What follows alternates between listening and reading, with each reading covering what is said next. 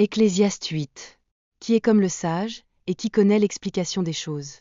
La sagesse d'un homme fait briller son visage, et la sévérité de sa face est changée. Je te dis, observe les ordres du roi, et cela à cause du serment fait à Dieu. Ne te hâte pas de t'éloigner de lui, et ne persiste pas dans une chose mauvaise. Car il peut faire tout ce qui lui plaît, parce que la parole du roi est puissante, et qui lui dira, que fais-tu?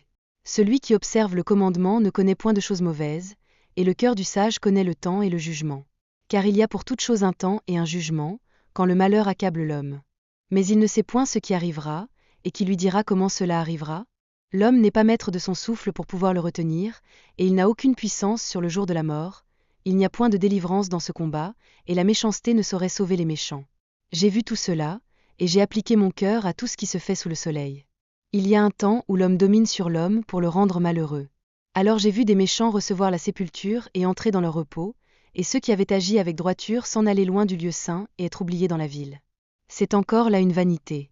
Parce qu'une sentence contre les mauvaises actions ne s'exécute pas promptement, le cœur des fils de l'homme se remplit en eux du désir de faire le mal.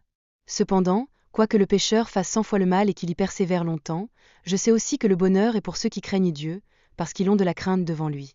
Mais le bonheur n'est pas pour le méchant, et il ne prolongera point ses jours, pas plus que l'ombre, parce qu'il n'a pas de la crainte devant Dieu.